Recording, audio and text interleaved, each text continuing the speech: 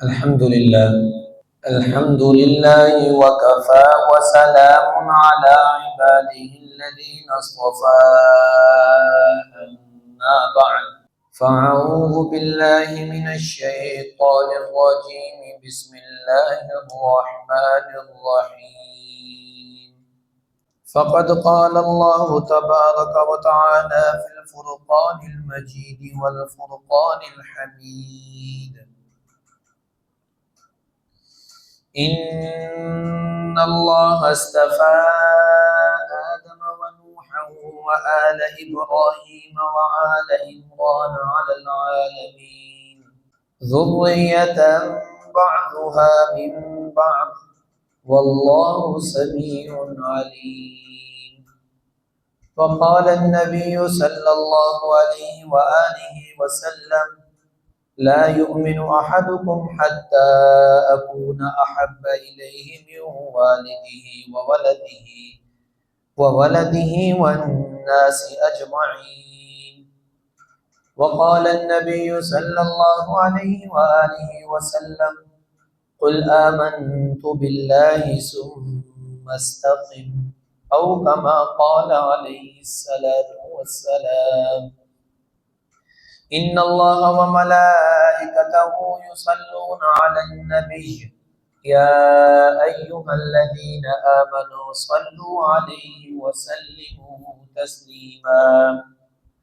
اللهم صل على سيدنا ومولانا وحبيبنا وطبيبنا وشفيعنا وآقانا وسيدنا وسندنا محمدا عبده ورسوله.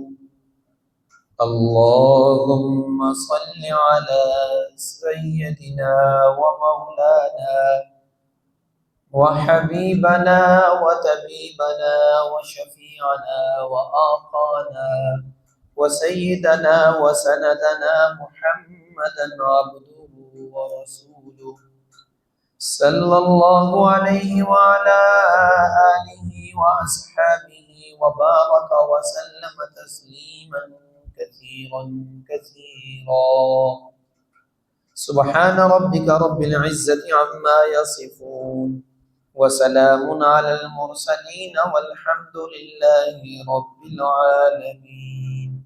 صدق اللہ العظیم. میرے بزرگوں، بھائیوں اور دوستوں، میں نے آپ کے سامنے سورۃ آل عمران کی آیت نمبر 33 اور آیت نمبر 34 تلاوت کی ہے، اور سرکار دو عالم صلی اللہ علیہ وآلہ وسلم کی دو حدیث مبارکہ آپ کے سامنے تلاوت کی ہیں۔ اللہ تعالیٰ سے دعا ہے کہ اللہ کی ذات عالی ہم سب کو، سب سے پہلے مجھے، ہم سب کو مل جل کر اس پر عمل کی توفیق نصیب فرمائے۔ میں نے پچھلے جمعے عرض کیا تھا کہ معجزہ اور کرامت یہ حق ہے، اس کا انکار نہیں کرنا چاہیے۔ یہ چیز قرآن اور حدیث اور صحابہ کرام رضی اللہ تعالی عنہم اجمعین سے ثابت ہے۔ اس کا انکار گویا کہ قرآن کا انکار لازم آتا ہے۔ ایک بندہ یہ کہے کہ میں آذان کو نہیں مانتا لیکن نبی کو مانتا ہوں، تو بھائی یہ بات غلط ہے۔ آذان کے انکار کی وجہ سے نبی کا انکار خود آ رہا ہے، کیونکہ آذان کوئی میں نے تھوڑی بنائی ہے، آذان مجھے دی اللہ کے نبی صلی اللہ علیہ وسلم کی ذات بابرکات نے۔ اس سے پہلے یہود و نصارہ تو وہ نافوس وہ بجاتے تھے، وہ بعض ڈول بجاتے تھے، نماز کے لیے جمع کرتے تھے۔ اذان ملی ہی سرکار دو عالم صلی اللہ علیہ وآلہ وسلم کے صدقے سے ہے، لہذا یہ بات غلط ہے کہ میں اذان کو تو نہیں مانتا لیکن اللہ کے نبی کو مانتا ہوں۔ ایسے میرے بھائیوں یہ بات کہنا بھی غلط ہے کہ میں یہ کہوں کہ میں معجزہ اور کرامت کو نہیں مانتا لیکن تمام قرآن میں جتنی چیزیں آئی ہیں ان کو مانتا ہوں، یہ بھی غلط ہے، کیونکہ قرآن کے اندر معجزے کا بھی ذکر ہے، کرامت کا بھی ذکر ہے۔ تو میں آج آپ کے سامنے قرآن کے دو واقعات جو کرامت ہیں، معجزہ نہیں۔ پچھلی دفعہ دو واقعات آئے تھے معجزات کے، اس دفعہ واقعات آئیں گے کرامت کے، اور دو حدیث مبارکہ جس کے اندر کرامت ملتی ہے، حالانکہ حدیث بے شمار ہے اس موضوع پر۔ سب سے پہلا واقعہ جناب سیدنا مریم علیہ السلام کا ہے۔ پچھلے جمعے ان کے بیٹے جو نبی ہیں، نبیوں میں اعلیٰ درجہ رکھتے ہیں، رسول بھی ہیں، جناب سیدنا عیسیٰ علیہ السلام، ان کا مختصر تذکرہ آیا۔ اس دفعہ ان کی والدہ طیبہ طاہرہ صدیقہ، جن کے بارے میں قرآن میں نے بھی صدیقہ کہا ہے، وہ امہ صدیقہ، ان کا تذکرہ خیر آئے گا، جو کہ سب مانتے ہیں کسی مسلک کا، کسی فرقے کا کوئی اختلاف نہیں کہ حضرت مریم علیہ السلام نبی نہیں تھی، اللہ کی ولیہ تھی۔ نبی جتنے آئے وہ مردوں میں آئے، عورت نبی نہیں۔ یہ قرآن سے اس چیز کا بھی ثبوت موجود ہے۔ اللہ قرآن میں فرما رہا ہے وَمَا أَرْسَلْنَا مِن قَبْلِكَ إِلَّا رِجَالًا نُوحِي، ہم نے جتنے لوگ بھیجے ہیں، جن کی طرف وحی بھیجی ہے، وہ سارے کے سارے مرد تھے، عورت نہیں تھی۔ إِلَّا رِجَالًا نُوحِي، ہم نے وحی کی ہے ان لوگوں کی طرف، مگر وہ سارے کے سارے مرد ہی۔ تو لہٰذا یہ سب مانتے ہیں کہ حضرت مریم علیہ السلام آپ اللہ کی ولیہ تھی، لیکن نبی نہیں تھی۔ ان کی کرامت کا تذکرہ اللہ نے سورہ آل عمران کے اندر ذکر کیا ہے، اور سب سے عجیب بات یہ ہے کہ عمران حضرت مریم علیہ السلام کے والد محترم کا نام تھا۔ پوری سورت اللہ نے سورت آل عمران ان کے والد مطہر کے نام پر اتاری۔ عمران حضرت مریم علیہ السلام کے والد محترم کا نام ہے، اور اسی لیے تو اللہ قرآن میں فرما رہا ہے ان اللہ اصطفیٰ آدم و نوحا و آل ابراہیم و آل عمران علی العالمین، کہ میں نے چن لیا ہے آدم علیہ السلام کو اور نوح علیہ السلام کو اور آل عمران کو اور آل ابراہیم کو، کس پر؟ تمام لوگوں میں سے چن لیا ہے، اپنا برگزیدہ بندہ بنایا ہے، لوگوں پر فضیلت کی۔ بعض نے لکھا ہے کہ حضرت مریم علیہ السلام نبیہ تھی، لیکن یہ بات غلط ہے۔ جی ہاں، نبی جتنے آئے وہ سب مردوں میں آئے، عورت نبی نہیں ہے۔ بھائی عقل بھی اس چیز کو تسلیم کرتی ہے، نبی کے جو مقاصد ہیں وہ اگر دیکھا جائے تو وہ مرد ہی پورے کر سکتا ہے، عورت پورا بھی نہیں کر سکتی۔ دعوت و تبلیغ کے لیے دور دور نکلنا، میدان جہاد میں نکلنا، پھر حدود و نفاذ کا قیاس، پھر حکومت کا قیام، پھر خلافت کا قیام، یہ سارے معاملات مرد ہی کر سکتا ہے، عورت کے لیے بظاہر مشکل ہے یہ چیز۔ ایسے تو اللہ کے نبی صلی اللہ علیہ وسلم دوسری طرف فرما رہے ہیں کہ وہ عورت کبھی کامیابی حاصل نہیں کر سکتی جس میں عورت حکمرانی کرے۔ ایک طرف یہ ہے اور دوسری طرف عورت نبی آئے، بظاہر مشکل لگتی ہے یہ چیز۔ ان کا واقعہ یہ ہے حضرت مریم علیہ السلام کا، ان کے والد کا نام ہے عمران، والدہ کا نام ہے حنا، حنا حنا۔ یہ حنا ان کی والدہ صاحب اولاد نہیں تھی۔ اللہ کا کرنا، اللہ سے دعا کرتے ہیں اللہ تو مجھے نیک صالح اولاد عطا فرما، نہ ہوئی اولاد، حضرت عمران بھی بوڑھے ہو گئے۔ ایک دن حنا نے دیکھا کہ پرندہ جا رہا ہے، پرندہ اپنے بچے کے ساتھ کھیل رہا ہے، اسے اٹھا کے لے جا رہا ہے۔ اس حالت کو دیکھ کے حنا کے دل میں بات آئی، اے اللہ تو اپنی رحمت سے عجز و انکساری سے دعا کی، اے اللہ مجھے صاحب اولاد کر دے۔ اللہ نے اس موقع پر یہ دعا قبول فرمائی، اور اللہ کا کرنا آپ امید سے ہو گئی، آپ امید سے ہو گئی۔ اور حنا نے یہ پھر منت مانگی کہ اے اللہ اگر تو مجھے بیٹا دینا تو میں یہ بیٹا مسجد اقصیٰ کی خدمت کے لیے ہمیشہ ہمیشہ کے لیے وقف کر دوں، ہمیشہ وہ میرا بچہ مسجد اقصیٰ کی صفائی کرے گا، اس کی خدمت کرے گا، وہی رہے گا۔ یہ دعا کی، اور ادھر اللہ کا کرنا، حضرت عمران پیدائش سے پہلے، حضرت مریم علیہ السلام کی پیدائش سے پہلے حضرت کے والد محترم حضرت عمران وفات پا گئے، اور ادھر حضرت حنا علیہ السلام آپ اللہ سے منت مانگ رہی ہیں۔ اس منت کا بھی ذکر اس قرآن پاک میں موجود ہے۔ کیا منت مانگ رہی ہیں؟ اذ قالت امرأة عمران رب انی نذرت لك ما في بطنی محررا فتقبل منی انک انت السمیع العلیم۔ حضرت عمران کی بیوی یہ کہہ رہی ہے، اے اللہ میرے بطن میں، اطہر میں، میرے پیٹ میں جو ہے میں منت مانگتی ہوں، میں اس کو تیرے راستے میں وقف کر دوں گی، لہٰذا تو میری دعا کو قبول فرما لے۔ اس لیے فرمایا سمیع العلیم، آپ سننے والے بھی ہیں، جاننے والے بھی ہیں، میری بات سن بھی رہے ہیں، میرے دلوں کو بید کو جان بھی رہے ہیں۔ اللہ کا کرنا حضرت عمران وفات پا گئے، بعد میں حنا کے گھر جب ولادت ہوئی تو بیٹے کی بجائے بیٹی پیدا ہوئی۔ یہ قرآن میں اسی کا بھی نقشہ کھینچ رہا ہے، آیت نمبر 36 میں فَلَمَّا وَضَعْتَهَا قَالَتْ رَبِّ إِنِّي وَضَعْتُهَا أُنثَىٰ وَاللَّهُ أَعْلَمُ بِمَا وَضَعَتْ وَلَيْسَ الذَّكَرُ كَالْأُنثَىٰ۔ حضرت حنا نے کہا اے اللہ، میں نے جو جنا ہے یہ لڑکا نہیں ہے، یہ لڑکی ہے، اب میں کیا کروں؟ میں اس کا نام رکھ رہی ہوں مریم۔ اب ذرا غور کرنا، مریم یہ عربی زبان کا لفظ نہیں ہے، سریانی زبان کا لفظ ہے۔ مریم کا معنی ہے خادم، خدمت کرنے والا، خدمت کرنے والی عورت، خدمت گزار۔ اس لیے انہوں نے نام بھی یہ رکھا کہ اے اللہ، میں نے منت مانگی تھی کہ بیٹا ہوگا، وہ مسجد اقصیٰ کی خدمت کرے گا، یہ بیٹی ہے، میں اس کا نام مریم رکھ رہی ہوں، تو اپنے فضل سے اسے ہی قبول فرما لے۔ لیکن قانون یہ تھا کہ قبول بچے کو کیا جاتا تھا، بچی کو نہیں کیا جاتا تھا۔ لیکن اللہ چاہے تو قانون بدل دے، اللہ کے لیے کیا ہے؟ قانون یہ ہے کہ آگ جلاتی ہے، ابراہیم علیہ السلام کی باری ہے، قانون بدل جائے۔ قانون یہ ہے کہ چھری کاٹتی ہے، حضرت اسماعیل علیہ السلام کی باری ہے تو چھری نہ کاٹے۔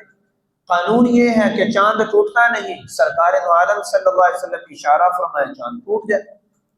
قانون یہ ہے کہ سورج واپس نہیں آتا، حضرت سلیمان علیہ السلام دعا کرے سورج واپس آ جائے، تو یہ اللہ کی بادشاہت ہے، اللہ قانون بدل سکتے ہیں، آج کے حکمران بدل سکتے ہیں، تو وہ اللہ نہیں بدل سکتا جو جن کی یہ حکومت کچھ بھی نہیں اللہ کی حکومت کے سامنے، تو اللہ نے ان کے لیے اپنا قانون بدل دیا۔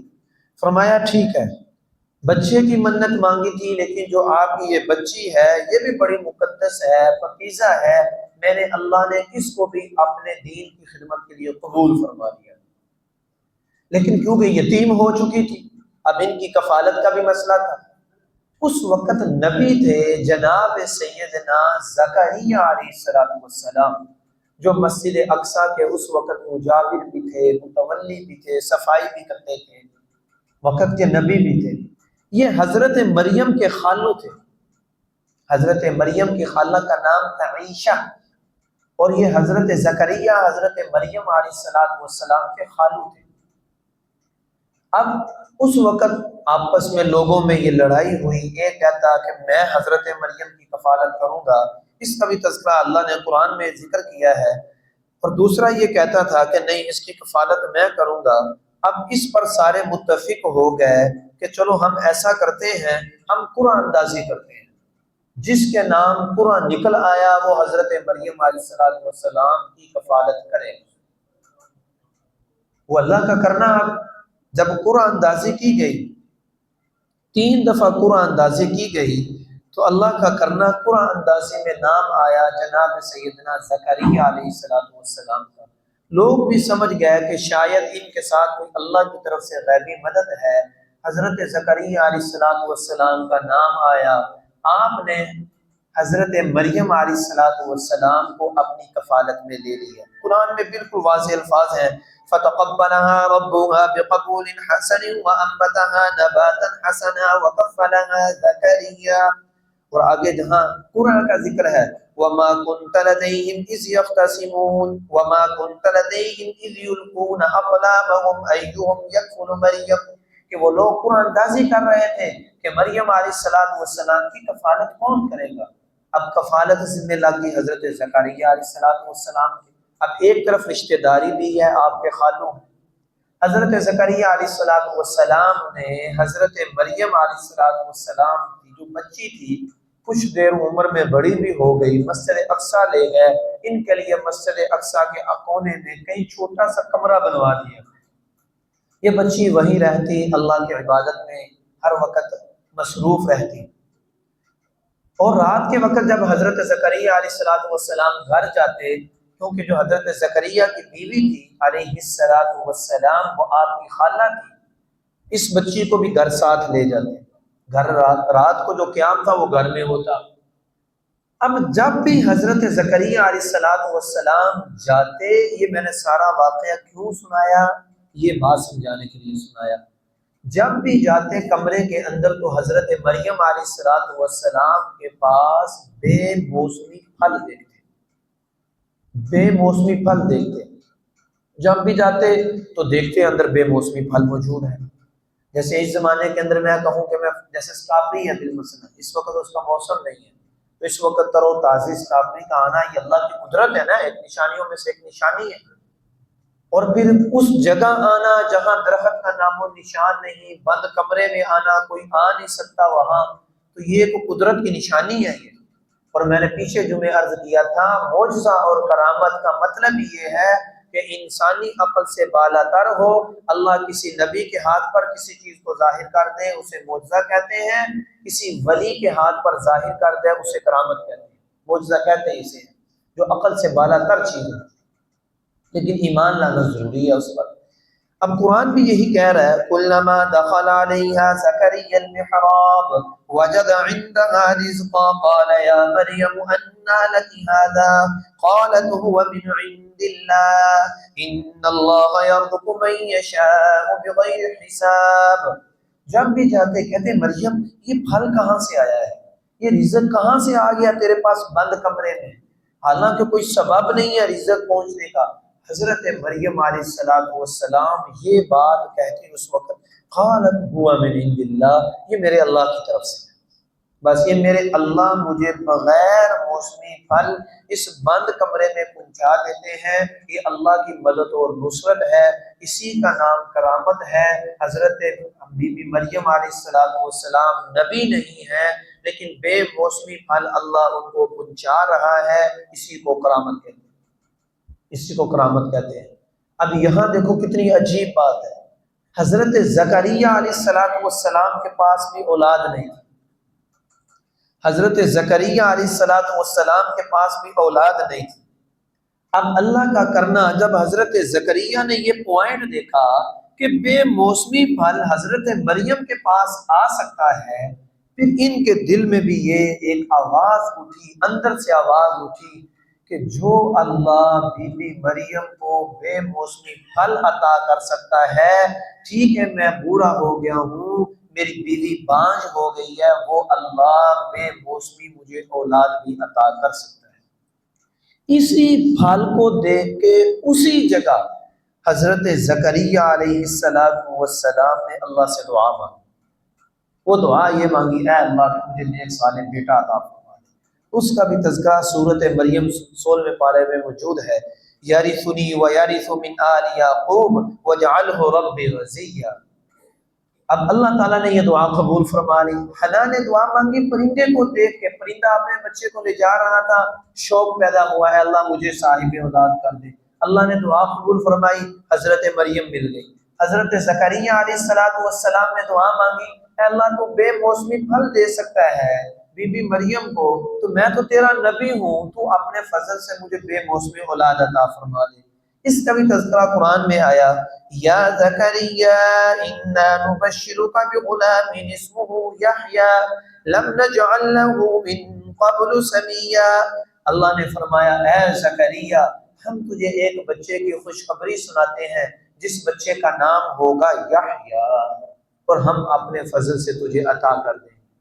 اب ان کے دل میں یہ بات پیدا ہوئی بے موسمی پھل دیکھ، اور اللہ سے دعا مانگی، اللہ کی ذات عالی نے اولاد عطا فرما دی۔ چلو اسے تو نبی کا معجزہ کہا جا سکتا ہے، کیونکہ حضرت زکریا علیہ السلام نبی ہیں، معجزہ کہا جا سکتا ہے، لیکن حضرت مریم علیہ السلام نبی نہیں ہے۔ لیکن بے موسمی پھلوں کا کمرے میں آ جانا یہ کرامت ہی ہو سکتی ہے، معجزہ نہیں ہو سکتا۔ تو اس لیے میرے محترم، کرامت کا انکار کر دینا کہ ہے ہی کوئی چیز نہیں، یہ غلط بات ہے، کیونکہ قرآن مجید میں جس چیز کا ثبوت ہے اس کا انکار کرنا بظاہر مشکل چیز ہے۔ پھر آگے اسی رکوع میں ان کے بیٹے جو نبی ہیں اور اولو العزم پیغمبروں میں سے ہیں، جناب سیدنا عیسیٰ علیہ السلام، ان کا تذکرہ ہے، وہ بھی ایک اللہ کی آیت میں سے ایک آیت ہے، نشانیوں میں سے ایک نشانی ہے کہ بغیر باپ کے اللہ نے حضرت عیسیٰ علیہ السلام کو پیدا کیا۔ انوکھی ہے۔ بیٹی آئی تو وہ بھی ماں آئی بی بی مریم، یعنی حنا کی بیٹی آئی، وہ بھی اللہ کی نشانیوں میں سے ایک نشانی ہے۔ بڑھاپے میں اللہ نے دی حنا کو، اور بی بی مریم کو اللہ نے جو بیٹا دیا بغیر باپ کے بغیر شوہر کے دیا۔ حضرت عیسیٰ علیہ السلام کے والد نہیں ہے، اس لیے بعض یہودیوں کا عیسائیوں کا یہ عقیدہ ہے، نعوذ باللہ استغفر اللہ، کہ حضرت بی بی مریم علیہ السلام نے زنا کیا تھا، جبکہ یہ بات غلط ہے۔ اس کا تذکرہ اللہ کا قرآن اپنے خود سورت مریم میں اللہ نقشہ کھینچ رہے ہیں۔ جب فرشتے نے آ کر کہا کہ اللہ آپ کو بیٹا دیں گے، حضرت بی بی مریم نے کہا تھا قالت انا یکون لی غلام ولم یمسسنی بشر ولم اک بغیا، کہ کیسے مجھے اللہ اولاد دیں گے، مجھے کسی بشر نے چھوا نہیں اور میں زانی عورت بھی نہیں۔ آگے سے فرشتے نے کہا تھا قال کذالک، اللہ ایسا کر کے دکھائیں گے۔ اللہ کا قانون یہ ہے کہ میاں بیوی سے بچہ پیدا ہوتا ہے، لیکن اللہ چاہے تو قانون بدل دے۔ اب میں آپ سے سوال کرتا ہوں، اکثر ذمہ دار لوگ ہیں، کبھی دیکھا کہ لکڑی سے پھل نکلا؟ کبھی دیکھا اس چیز کو؟ یہ الماری ہے، کبھی دیکھا اس لکڑی سے پھل نکل آیا؟ سب کہیں گے کہا سب دماغ خراب آیا، پر لکڑی سے پھل کب نظر آتا ہے؟ بھائی میں یہ کہتا ہوں امرود بھی تو لکڑی ہے، باغ ہے جتنے بھی، آم کا درخت ہے وہ بھی تو لکڑی ہے، فالسے کا جو پھل ہے وہ بھی تو لکڑی ہے۔ لیکن مسئلہ صرف اتنا ہے، اس الماری کی لکڑی سے ہم نے پھل کو نکلتا ہوا دیکھا نہیں ہے، اور ان لکڑیوں سے ہم نے پھل کو نکلتا ہوا دیکھا ہے، اس لیے ان آنکھوں پر یقین کر لیا۔ حالانکہ اللہ کو قدرت ہے اس بات پر کہ اللہ اس لکڑی سے پھل نکال سکتے ہیں۔ اب یہ ایسے ہی ہے، جو کھاد دی جا رہی ہے وہ کڑوی، جو پانی دیا جا رہا ہے وہ کڑوا، اور جو اس سے پھل نکل رہا ہے درخت سے وہ میٹھا۔ بھائی یہ بھی تو اللہ ہے، پھل پانی دیا جا رہا ہے میٹھا، جو اس سے پھل حاصل ہو رہا ہے وہ کڑوا۔ یہ بھی تو اللہ کی ذات عالی کی قدرت ہے نا۔ حالانکہ عقل یہ چاہتی ہے ایسا نہیں ہونا چاہیے، جیسی اسے خوراک دی جائے ویسا پھل ہونا چاہیے، لیکن اللہ ایسا کر کے دکھا رہے ہیں۔ ایک واقعہ تو کرامت کا یہ آ گیا کہ بی بی مریم علیہ السلام کو اللہ نے بے موسمی پھل اپنے فضل سے عطا فرمائے۔ دوسرا واقعہ کرامت کا جو اللہ نے پوری سورت اتاری ہے، پوری سورت، وہ کون سا ہے؟ وہ 16ویں پارے میں موجود ہے، 15ویں پارے میں کچھ حصہ اس کا موجود ہے۔ اللہ کے نبی صلی اللہ علیہ وسلم کے پاس مشرکین مکہ آئے، انہوں نے آ کر اب پریشان ہوئے کہ اللہ کے نبی کا دین پھیلتا جا رہا ہے، پھیلتا جا رہا ہے، پھیلتا جا رہا ہے، اس کو بند کیا جائے، کوشش کی جائے بند کرنے کی۔ انہوں نے اب بڑی سوچ لگائی، زور لگایا، کیا کیا ہے؟ یہ مشرکین چلے گئے یہودیوں کے پاس، کیونکہ آخری نبی حضرت عیسیٰ علیہ السلام تھے۔ یہودی کیونکہ حضرت عیسیٰ علیہ السلام کو مانتے تھے، مکہ کے اندر عیسائی تھے اور مدینہ میں یہودی تھے۔ اب یہ مشرکین مکہ گئے یہودیوں کے پاس، یار ہمیں کوئی ایسی چیزیں بتاؤ کہ ہم اس نبی سے سوال کریں، یہ نبی لاجواب ہو جائے، یہ جواب نہ دے سکے اور ہم تالیے بجا لیں، دیکھا اس نبی کو تو پتہ ہی کچھ نہیں ہے، اس نبی کو تو پتہ ہی نہیں ہے، یہ نبی نہیں ہے۔ یہ یہودیوں کے پاس گئے، وہ اہل کتاب تھے، تھوڑا بہت تو جانتے تھے، سب کچھ ہی جانتے تھے، تھوڑے بہت کی کیا بات ہے، ضد ہٹ درمی کی وجہ سے نہیں مانتے تھے۔ انہوں نے کہا کہ اللہ کے نبی سے 3 سوال کرو۔ ایک سوال کرو ذوالقرنین کے بارے میں کہ ذوالقرنین کون ہے، اس کا بھی تذکرہ قرآن میں ہے۔ وَيَسْأَلُونَكَ عَنْ ذِي الْقَرْنَيْنِ، ذوالقرنین کے متعلق اللہ سے سوال کرو اپنے نبی کے بعد، نبی سے کہ ذوالقرنین کون تھا۔ یہ ایک بادشاہ گزرا ہے، مسلمان تھا، یہ وہی بادشاہ ہے جس نے یجوج مجوج قوم کو بند کر کے آس پاس دیوار کھڑی کی تھی۔ لمبا قصہ ہے، قرآن میں موجود ہے، لیکن اب میں نے بیان، کیونکہ میرا مقصد یہ نہیں ہے اس قصے کو بیان کرنا، اصل میں کرامت کو بیان کرنا مقصد ہے۔ ایک سوال یہ کرو۔ دوسرا سوال کہا کہ اللہ کے نبی سے یہ پوچھو وَيَسْأَلُونَكَ عَنِ الرُّوحِ، کہ روح کیا چیز ہے، کہ انسان ایسے بیٹھا ہے روح نکل گئی انسان بیکار بن گیا، یہ کیا چیز ہے۔ تیسرا سوال کیا کہ اللہ کے نبی سے پوچھو کہ اصحاب کہف کون تھے، روح کیا ہے، ذوالقرنین کون ہے، اور اصحاب کہف کون تھے۔ یہ 3 سوال اس نبی سے پوچھو، اگر یہ نبی صحیح جواب دے دے، یہودیوں نے کہا مشرکین کو تو سمجھ لینا یہ سچا نبی ہے۔ اگر یہ نبی جواب نہ دے سکا تو سمجھ لینا کہ یہ نبی نعوذ باللہ جھوٹا ہے۔ اب یہ اللہ کے نبی کے پاس آئے مشرکین مکہ، انہوں نے آ کر کہا اگر آپ اللہ کے نبی ہیں ہمیں بتائیں کہ روح کیا ہے، ہمیں بتائیں ذوالقرنین کون تھا، ہمیں بتائیں کہ اصحاب کہف کون تھے۔ اصحاب کہف میں تو پوری صورت اللہ نے قرآن میں اتاری، یہ 15ویں پارے میں شروع ہو رہی ہے، تقریباً آدھے پارے کی ہے۔ اس کی میرا محترم بڑی فضیلت ہے، بڑی فضیلت ہے، بہت زیادہ فضیلت ہے۔ سرکار دو عالم صلی اللہ علیہ وسلم کی ایک حدیث مبارکہ یہ ہے، جو بندہ روزانہ صبح کے وقت سورۃ کہف کی پہلی 10 آیات پڑھ لے، اللہ کی ذات عالی قدم سے لے کر اس کے سر تک سارا دن خیر خیریت کے ساتھ اللہ اس کے دن کو روشن کر دیتے ہیں۔ اور ایک حدیث میں آتا ہے جو آخری 10 آیاتیں پڑھ لے اور پہلی 10 آیاتیں پڑھ لے، اللہ کی ذات عالی اس کا سارا دن روشن کر دیتے ہیں۔ اور یہ بھی آتا ہے جو بندہ 10 آیاتیں آخری اور 10 آیاتیں شروع والی پڑھ لے، اللہ کی ذات عالی سب سے بڑا فتنہ ہے دجال کا جو قبر میں بھی آئے گا، اکثر ایمان والے بھی جو کمزور ایمان والے ہوں گے اس پر ایمان لے آئیں گے، اپنے ایمان کو ضائع کر بیٹھیں گے۔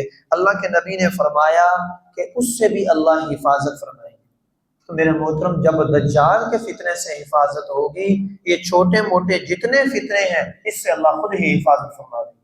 اور یہ ایسا فتنہ ہے اس کے بارے میں اللہ کے نبی نے اللہ سے دعا مانگی ہے، اللہم انی اعوذ بک من فتنۃ المسیح الدجال، اے اللہ تم میری حفاظت فرما دجال کے فتنے سے۔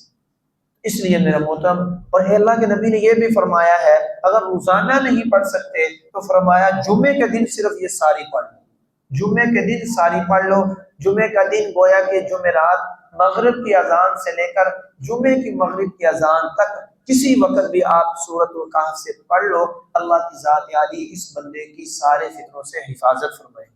اور ایک حدیث میں یہ بھی آتا ہے کہ سورۃ الکہف یہ وہ ہے کہ اگر ایک آدمی اس جمعے کو پڑھ لے، اگلے جمعے تک جتنے گناہ ہوں گے اللہ اپنے فضل سے معاف فرما دے گا۔ اتنی فضیلت والی صورت ہے۔ لیکن میرا محترم کیونکہ یہ قرآن کریم میں ہے، ہماری عادت یہ بن گئی ہے ہم جھوٹی خبروں کے لیے ہم اخبار پر پیسے خرچ لے کے جھوٹی خبریں تو پڑھیں گے، یہ سچی کتاب مفت میں بھی مل جائے ہم اسے اٹھا کے نہیں دیکھیں گے، پڑھنا تو دور کی بات ہے۔ اور ہم استعمال کریں گے جب شادی ہوگی، چلو میری بچی کے سر پہ رکھ دو برکت آ جائے گی، اور جھوٹی خبروں کے لیے پیسے خرچ کر کے اخبار خرید کے پڑھیں گے، لیکن سچی خبریں پاس بھی موجود ہوگی جو اللہ نے دی ہے اسے پڑھنے کی توفیق نہیں ہوگی، حالانکہ اللہ کے نبی صلی اللہ علیہ وسلم گارنٹی دے رہے ہیں۔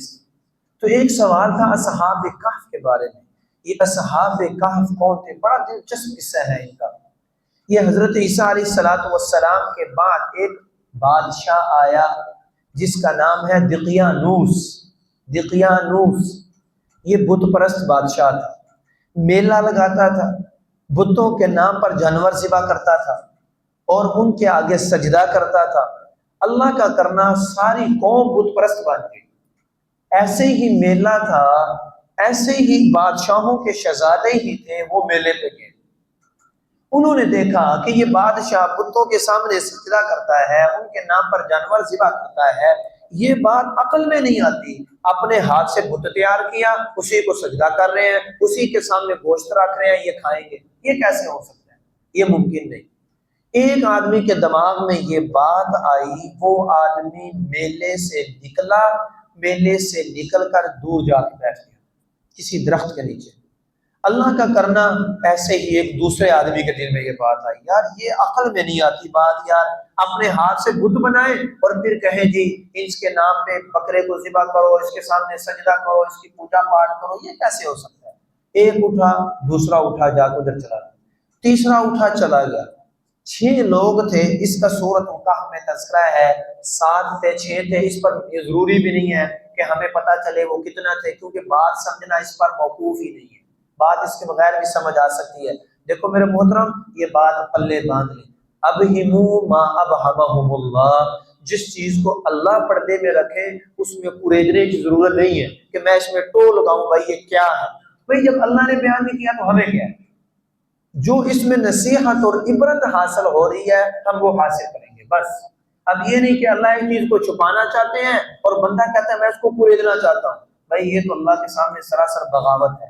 اس لیے حضرت ابن عباس رضی اللہ تعالیٰ عنہ فرماتے تھے ابہموا ما ابہمہم اللہ، جتنا اللہ کے قرآن نے بیان کیا ہے اتنا ہم بیان کریں گے، جتنا اللہ کے قرآن نے بیان نہیں کیا ہم بھی اپنی زبان کو تالا لگائیں گے، یوں نہیں کہیں گے یوں بھی ہو سکتا ہے وہ بھی ہو سکتا ہے یہ بھی، یہ ممکن نہیں ہے۔ یہ 7 لوگ علیحدہ ہو گئے، اب یہ ایک دوسرے سے بول نہیں رہے، ڈر رہے ہیں۔ اب توحید دل میں آ رہی ہے، بات کھٹکتی ہے یار یہ کیسے ہے بتوں کو سجدہ کیا جائے، لیکن ڈر رہے ہیں کہ میں اس سے بات کروں گا شاید یہ بادشاہ کو بتا دے جا کے دقیانوس کو، وہ بادشاہ تو قتل کر دے گا ہمیں۔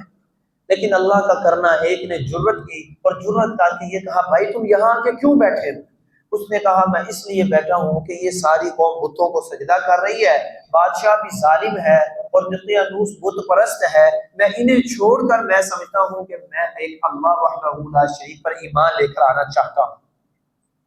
یہ 7 لوگ علیحدہ ہو گئے، علیحدہ ہو گئے، اللہ کا کرنا انہوں نے اپنی عبادت گاہ بنا لی، اس میں یہ لوگ اللہ کی عبادت کرنے لگے۔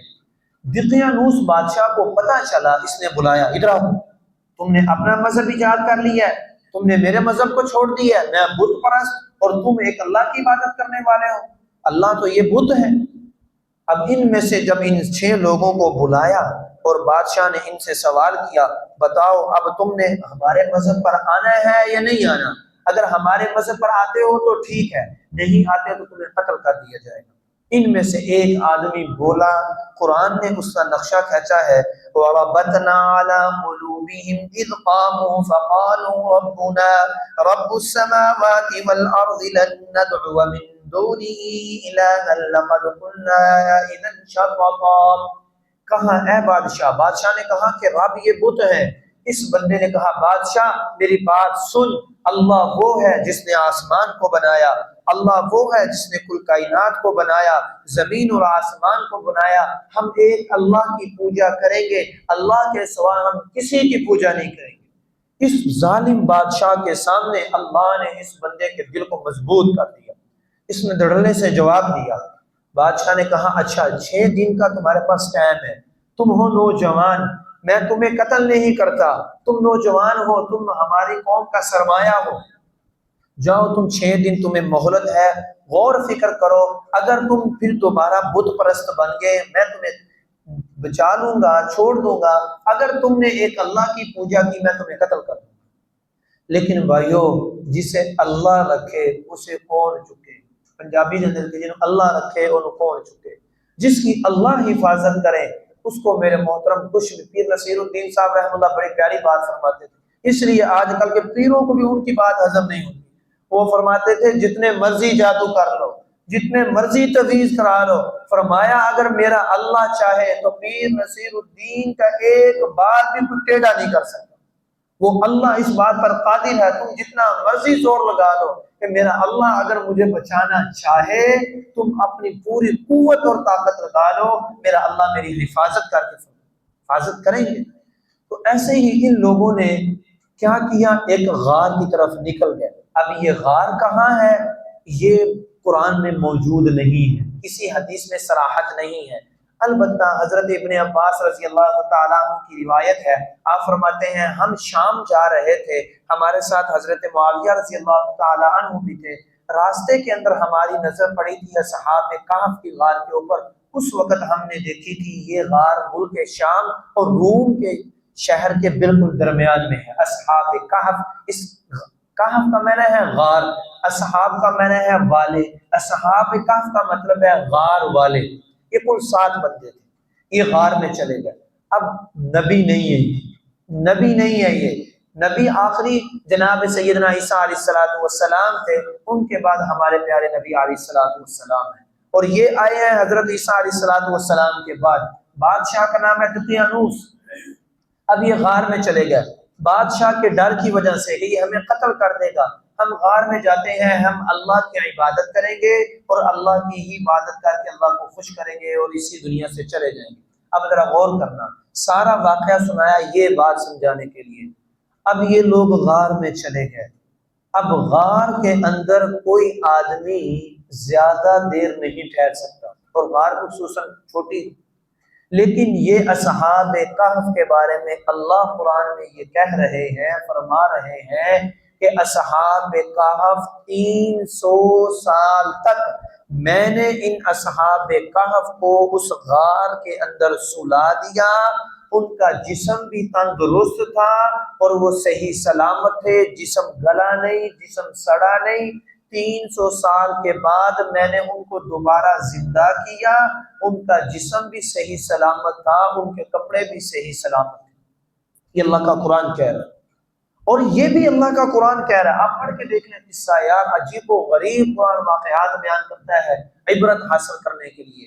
وَتَرَى الشَّمْسَ إِذَا طَلَعَتْ تَزَاوَرُ عَنْ كَهْفِهِمْ ذَاتَ الْيَمِينِ وَذَاتَ الشِّمَالِ وَإِذَا غَرَبَتْ تَقْرِضُهُمْ ذَاتَ الشِّمَالِ وَهُمْ فِي فَجْوَةٍ مِّنْهُ۔ اللہ کا قرآن یہ کہہ رہا ہے کہ وہ غار اللہ نے ایسے کر دی تھی کہ اس غار پر سورج بھی اندر روشنی نہیں ڈالتا تھا، سورج کی تپش بھی ان لوگوں کو جا کے تکلیف نہیں دیتی تھی۔ فرمایا سورج ایسا تھا، سورج نکلتا تھا غار کے اوپر سے گھوم جاتا تھا، تپش اندر نہیں جاتی تھی، صرف سورج کی روشنی اس غار کے اندر جاتی تھی۔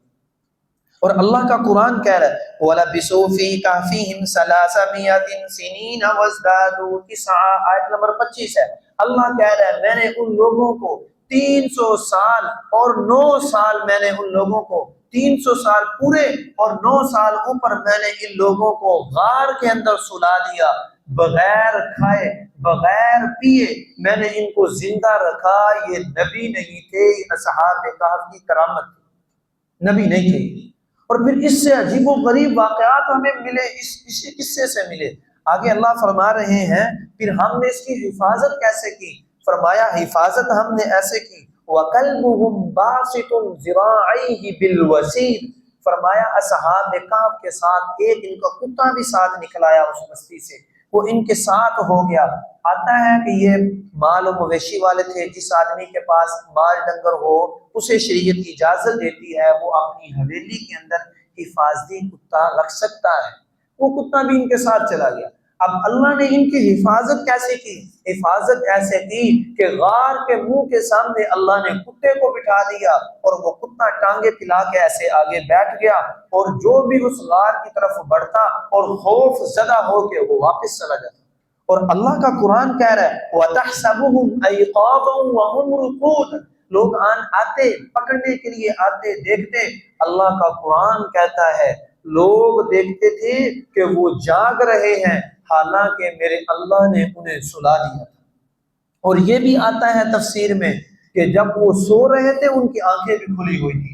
وہ اللہ کا قرآن کہہ رہا ہے یہ بات وَنُقَلِّبُهُمْ ذَاتَ الْيَمِينِ وَذَاتَ الشِّمَالِ، اللہ کہہ رہا ہے پھر میں نے 300 سال تک سلایا نہیں ہے، میں نے ان کے پاسے کو کبھی دائیں کیا ہے کبھی بائیں کیا ہے، تاکہ زمین ان کے کسی حصے کو گلا نہ دے، ساڑ نہ دے۔ اب عقل کہتی ہے یہ کیسے ممکن ہے یار، 300 سال تک ایک آدمی زندہ رہے، بغیر کھائے پیے زندہ رہے، اور سورج کی روشنی بھی وہاں نہ جائے، اسے کوئی پکڑ بھی نہ سکے، اور کتا اس کی حفاظت کرے، یہ ممکن نہیں۔ لیکن میرا اللہ کہتا ہے میں نے کر کے دکھایا۔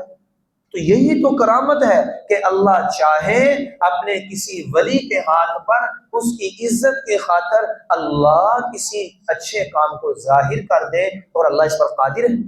اور پھر اس سے ہمیں بڑی عبرت ملتی ہے۔ تفسیر قرطبی میں بڑی عجیب بات لکھی ہے، نوٹ کرنا، اس پر واقعتاً آج کل نئی جنریشن کا یہ اہم مسئلہ ہے۔ فرمایا کتے کو اچھی صحبت ملی، کتے کو اچھی صحبت ملی، اللہ نے اس کتے کا تذکرہ قرآن میں کیا، یہ کتا بھی جنت میں جائے گا۔ اور حضرت نوح علیہ السلام کا بیٹا اگر اس کو بری صحبت ملی، وہ بھی اللہ کا انکار کرنے والا بن گیا، وہ بھی دوزخ میں جائے گا۔ اچھی صحبت کتنی قیمتی چیز ہے کہ اچھی صحبت کی برکت سے کتا جنت میں جانے والا بن گیا، اور اس کتے کا اللہ نے تذکرہ قرآن میں کیا ہے، اس کتے کا نام ہے قطمیر۔ قرآن ذکر کر رہا ہے صرف نیک صحبت کی وجہ سے۔ اس لیے میرے محترم اس زمانے میں بھی سب سے بڑا فتنہ ہی یہی ہے، بری صحبت۔ اس لیے تو کہتے ہیں صحبت صالح را صالح قرآن، صحبت صالح را صالح۔ اچھے آدمی کی صحبت تجھے اچھا بنا دے گی، برے آدمی کی صحبت تیرا ستیہ ناش کر دے گی۔ اس آیت سے بھی پتہ چل رہا ہے انسان کو اپنی اولاد کے لیے اور اپنے لیے بھی اچھی صحبت کا انتخاب کرنا چاہیے۔ ورنہ بھائیو مسئلہ کشمیر بنے گا، پھر اولاد آگے الٹے کام کرے گی، پھر تمہیں بھی دنوں میں وہ تارے یاد دکھائے گی۔ تو اس آیت سے بھی پتہ چلا کہ کرامات اولیاء برحق ہیں۔ پھر آگے لمبا قصہ ہے ان کا، اگر اللہ توفیق دے اور اللہ سے مانگو، ترجمہ قرآن پڑھو، بدعات رسومات اللہ کی قسم یہ قرآن کی برکت سے اللہ ختم کر دے۔ اس میں لمبا قصہ ہے، 300 سال کے بعد اللہ نے انہیں جگایا، جگانے کے بعد پھر ایک نے دوسرے سے پوچھا ہم کتنی دیر سوئے ہیں؟ ایک کہتا ہے یار ہم آدھا دن سوئے ہیں، ایک کہتا ہے نہیں ہم ایک دن سوئے ہیں۔ اللہ نے کہا نہ یہ ایک دن سوئے ہیں نہ یہ 2 دن سوئے ہیں، میں نے ان کو 300 سال تک میں نے ان کو سلا دیا ہے۔ یہ ساری وحی اتری، یہ وحی جب اتری تو اللہ کے نبی نے یہ سارا قصہ مشرکین کو بتا دیا۔ اب کہا کہ اب تو ایمان لے آؤ، جتنے تم نے سوالات کیے تھے اللہ کے نبی نے سارے کا جواب دے دیا۔ پھر اس میں لمبا قصہ ہے، یہ 300 سال بعد یہ نکلے غار سے، ایک آدمی کو کہا تم کھانا لے کر آؤ، وہ کھانا لینے گیا، اس کے پاس 300 سال پرانا سکہ تھا۔ جب وہ دکان پر گیا دکاندار نے کہا یہ تو اجنبی آدمی لگتا ہے، 300 سال پرانا روپے اس کے پاس موجود ہے، بِوَالِدِكُمْ هَٰذِهِ إِلَى الْمَدِينَةِ قرآن میں ہے۔ تو اس نے کہا اس آدمی کا پیچھا کیا جائے۔ اس وقت بادشاہ آ چکا تھا بیلتوسیس، یہ بادشاہ آ چکا تھا، یہ عیسائی تھا، اس وقت اسلام عیسائیت تھا، یہ آ چکا تھا، نیک بادشاہ تھا، یہ اللہ کے سے دعا کرتا تھا اے اللہ میری قوم ساری مرتد ہو رہی ہے، میری قوم یہ کہتی ہے کہ مرنے کے بعد اللہ زندہ نہیں کریں گے، اے اللہ تو کوئی ایسا معاملہ کر کہ میری قوم کا ایمان بچ جائے، میری قوم کا ایمان بچ جائے، کوئی ایسا اپنی قدرت ظاہر کر۔ اللہ کا کرنا بیتوتیس کے زمانے کے اندر پھر یہ لوگ نکلے باہر غار سے، ایک کھانا لینے کے لیے گیا، وہ دکاندار نے اس کو گرفتار کیا اور بادشاہ کے پاس لے گیا کہ یہ دیکھو یہ آدمی انوکھا ہے، 300 سال پرانا سکہ اس کے پاس موجود ہے۔ اس بادشاہ نے کہا اے اللہ میں تیرا شکر ادا کرتا ہوں، میں تجھ سے یہ دعا کرتا تھا کہ کوئی ایسی قدرت کی نشانی ظاہر کر کہ میری قوم یہ کہتی ہے قیامت نہیں آئے کہ میری قوم مان جائے۔ پھر اسی صورت کے اندر اللہ نے قیامت کا تذکرہ کیا کہ لوگوں دیکھو جو اللہ 300 سال ایک بندے کو باقی رکھ سکتے ہیں، وہ اللہ ہم سب کو قبروں کے اندر بھی 300 سال مارنے کے بعد دوبارہ زندہ کر سکتے ہیں۔ پھر ساری قوم کا ایمان بچ گیا۔ کوئی قصہ پڑھنا چاہے سورۃ الکہف میں تفصیلی قصہ ان کا موجود ہے، اور میں نے کہا 2 حدیثیں پیش کروں گا، ایک حدیث کرتا ہوں وقت ختم ہو گیا۔ ایک حدیث جناب سیدنا ابو المسلم خولانی کی ہے، یمن کے اندر اسود عنسی نے نبوت کا دعویٰ کیا، نبوت کا دعویٰ کیا کہ میں نبی ہوں۔ اللہ کے نبی کے اس امتی نے اس اسود عنسی کا انکار کیا کہ میں تجھے نبی نہیں مانتا، نبی آخر الزمان جناب محمد رسول اللہ صلی اللہ علیہ وآلہ وسلم ہے۔ بس اسود عنسی نے ابو المسلم خولانی کو بلایا اور کہا بتا میں نبی ہوں؟ ابو مسلم نے کہا میں تیری بات سنتا نہیں ہوں۔ پھر کہا بتا محمد صلی اللہ علیہ وآلہ وسلم اللہ کے نبی ہیں؟ فرمایا جی ہاں اللہ کے نبی ہیں۔ کہا یہ کیا بات ہے، میں جب کہتا ہوں میں نبی ہوں تو سنتا نہیں ہے، میں کہتا ہوں کہ محمد صلی اللہ علیہ وآلہ وسلم اللہ کے نبی ہیں تو کہتا ہے ہاں، یہ تو کیا کرتا ہے؟ اس نے کہا یا مجھے نبی مان یا میں تجھے آگ میں جلاؤں گا، یا میں تجھے آگ میں جلاؤں گا۔ وہ ابو مسلم خولانی نے کہا جو کر سکتا ہے تو کر لے۔ مختلف کتابوں میں یہ قصہ سند کے ساتھ موجود ہے، معتبر کتابوں میں موجود ہے۔ ابو مسلم خولانی نے اس وقت کے جابر جس نے نبوت کا جھوٹا دعویٰ کیا تھا آگ کے اندر جلایا۔ اللہ کا کرنا آگ نے ابو مسلم خولانی کے ایک بال بھی نہیں جلایا، یہ ابو مسلم خولانی صحیح سلامت آگ سے باہر نکل آئے۔ اب اسود عنسی کو فکر لگی اگر یہ بندہ یمن میں رہا تو لوگ سارے اس پر ایمان لے آئیں گے، اس کے ہاتھ پر اس کو نکال دو۔ ابو مسلم خولانی مدینہ میں آ گئے۔ جب مدینہ میں آئے حضرت عمر نے مسجد نبوی میں دیکھا انہیں، اور اجنبی آدمی دیکھ کے کہا آپ کہاں سے ہو؟ کہا میرا نام فلاں ہے۔ کہا اسی سے پوچھ رہے ہیں، ابو مسلم سے پوچھ رہے ہیں حضرت عمر۔ فرمایا یمن کے اندر ہمارے ایک بھائی کو اسود عنسی نے آگ میں جلایا ہے، وہ کون ہے؟ اللہ کا کرنا حضرت عمر کو اس نے خود ہی بتا دیا کہ وہ میں ہوں۔ حضرت عمر نے سینے لگایا، حضرت ابو بکر نے سینے لگایا، حضرت ابو بکر نے اللہ کا شکر ادا کیا کہ اے اللہ تو نے مجھے اپنے نبی کی امت میں سے ایک ایسے شخص سے میری ملاقات کرا دی جس کے ساتھ تو نے معاملہ حضرت ابراہیم علیہ السلام والا کیا۔ تو ابو المسلم خولانی نبی نہیں تھے، اللہ کے ولی اور تابع تھے، لیکن آگ کا قانون یہ ہے کہ آگ جلاتی ہے، لیکن اللہ قانون بدل جائیں، اللہ اس پر قادر ہے۔ ہاں بھائی، اس زمانے کے اندر ہر آدمی یہ دعویٰ کرنے لگے کہ میں بھی ولی ہوں۔ جو ولی ہوتا ہے وہ کہتا ہی نہیں ہے کہ میں ولی ہوں، جو ولی ہوتا ہے وہ یہ دعویٰ ہی نہیں کرتا۔ اور کرامت اور معجزہ، اس میں ولی کا کوئی اختیار نہیں ہوتا۔ معجزہ بھی اللہ کے حکم سے ظاہر ہوتا ہے، کرامت بھی اللہ کے حکم سے ظاہر ہوتی ہے۔ اس لیے میرے محترم، کرامت کا بالکلیہ انکار یہ اچھی چیز نہیں ہے۔ باقی میرے محترم 14 اگست بھی ہے، ہم سب کو چاہیے کہ اس پر اللہ کا شکر ادا کریں کہ اللہ نے ہمیں عظیم الشان وطن دیا۔ چہ جائے کہ ہم اللہ تعالیٰ کی نافرمانی کریں، ہم سب کی کامیابی اللہ کی ذات عالی نے رب العالمین کی غلامی میں رکھی ہے۔ ہم سب کی کامیابی رب العالمین کی غلامی میں ہے۔ ہم کامیاب تب ہوں گے جب اللہ اس کے رسول کے حکموں کو مانیں گے، اس کے علاوہ ہم کامیاب نہیں ہو سکتے۔ تو بھائی اچھی بات تو یہی ہے، ذکر اذکار کر کے شہداء کو سال ثواب کیا جائے اور اللہ کا شکر ادا کیا جائے۔ اللہ سے دعا ہے کہ اللہ کی ذات عالی ہمیں عمل کی توفیق